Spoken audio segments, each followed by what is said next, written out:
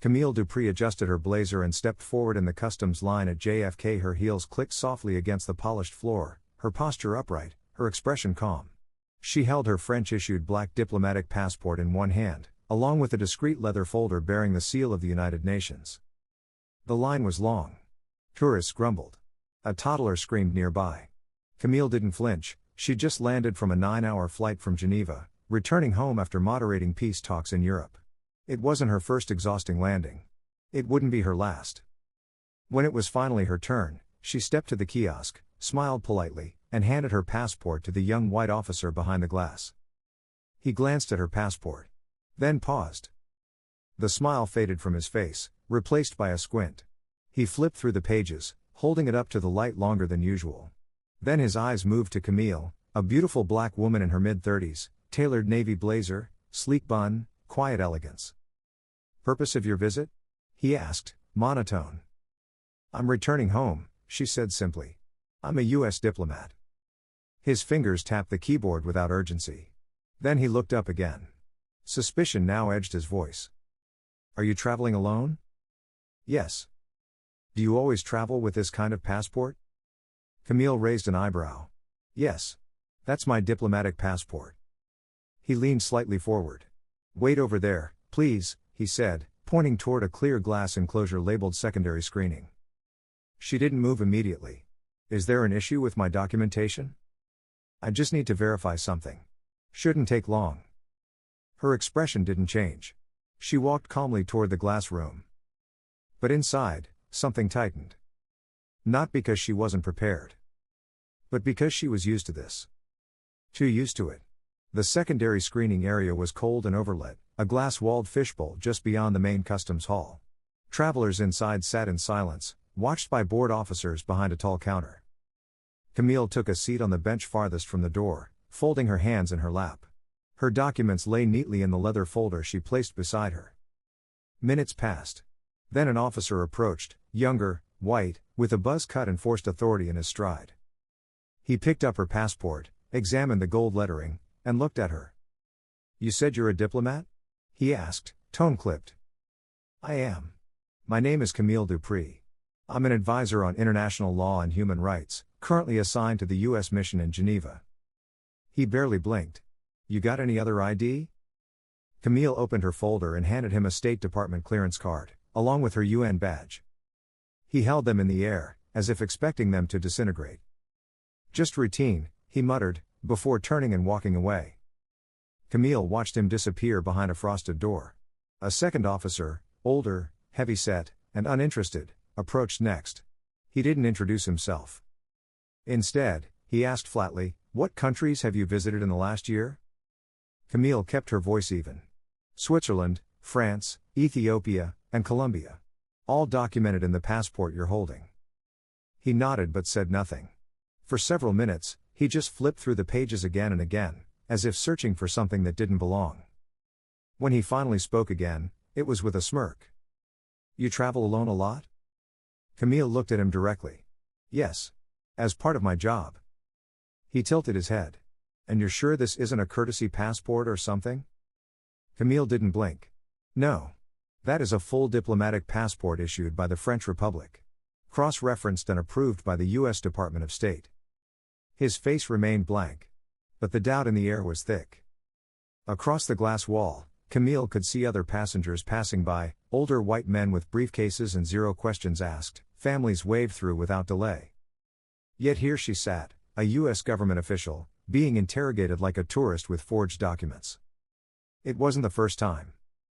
But it still stung. She didn't need a lecture. Or a dramatic scene. She just needed someone to do their job right. The older officer finally walked off, taking her documents with him. Camille remained alone in the glass enclosure. The room was too quiet.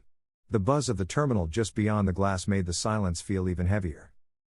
After what felt like another 15 minutes, two younger officers approached, whispering to each other and chuckling under their breath.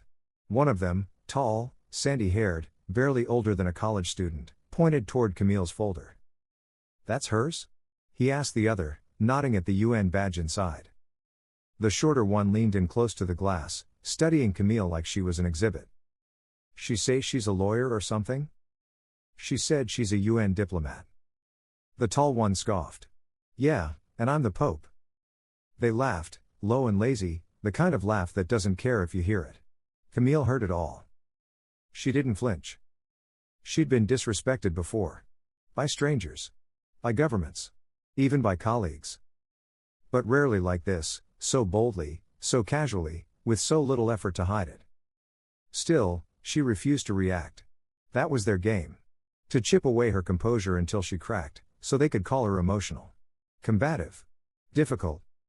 Instead, she waited. Composed. Dignified. Unbothered, on the surface. Eventually, one of the officers came over and dropped her passport and ID back on the desk with a slight smirk.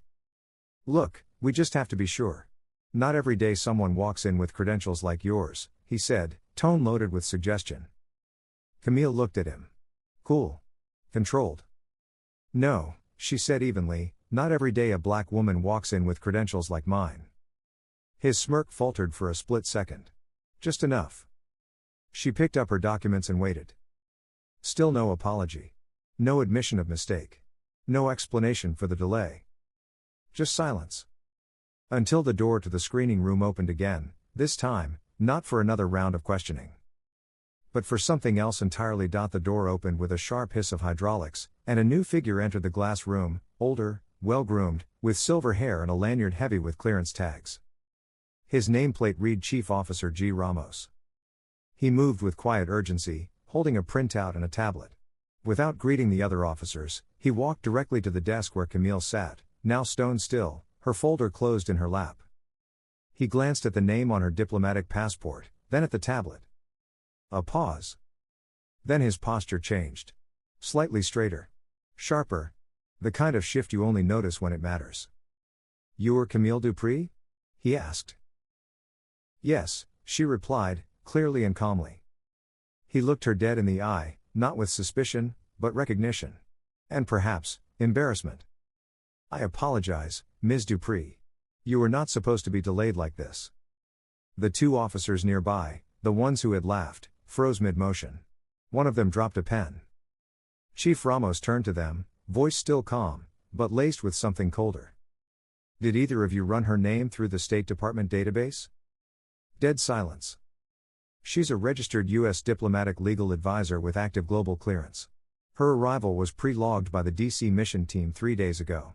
There was a flag in the system to expedite her entry." The air shifted. The officer swallowed hard. Camille didn't move. She didn't need to. "I'll be escorting Ms. Dupree out personally," Ramos added, gesturing toward the exit. He turned to her.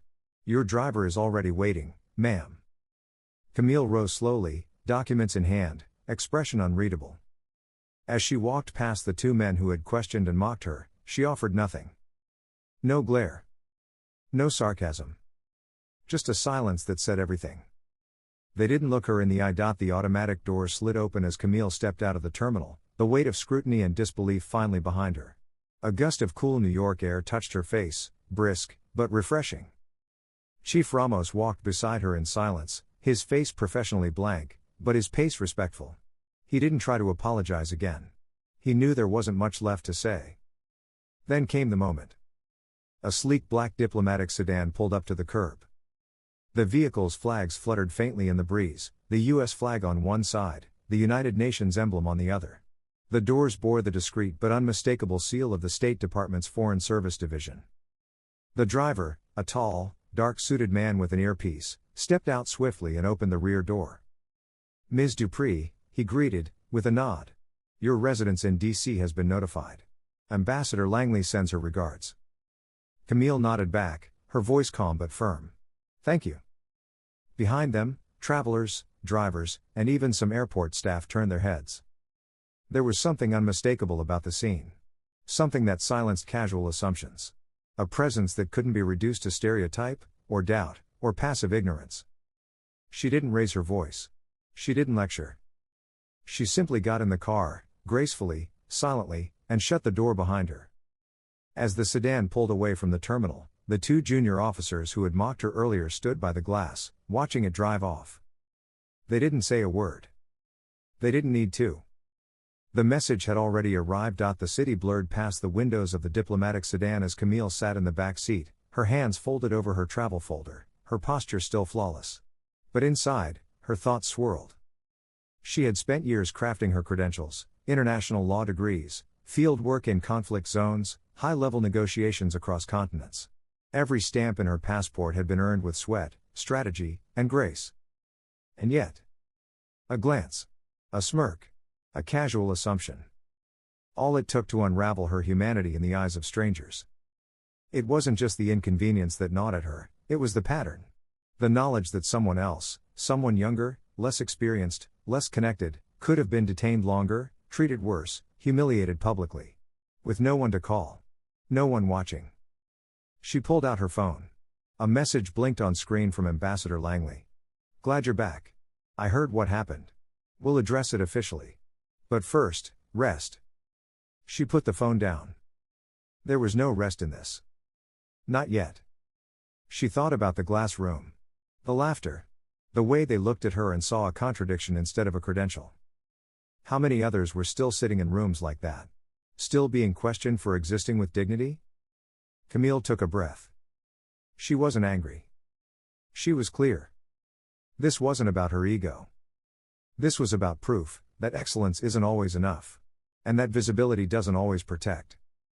But sometimes, it disrupts.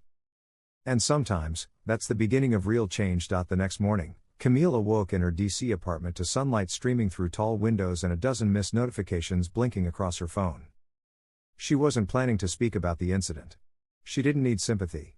She hadn't posted, hadn't told anyone outside her diplomatic circle. But the world had already noticed.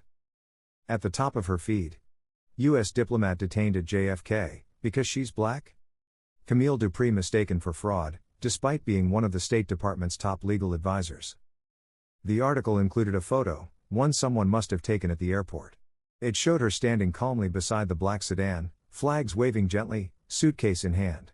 Her face was unreadable, her posture poised. It looked like a magazine cover. Camille stared at it for a long moment. She hadn't spoken a word to the press. But the image said everything.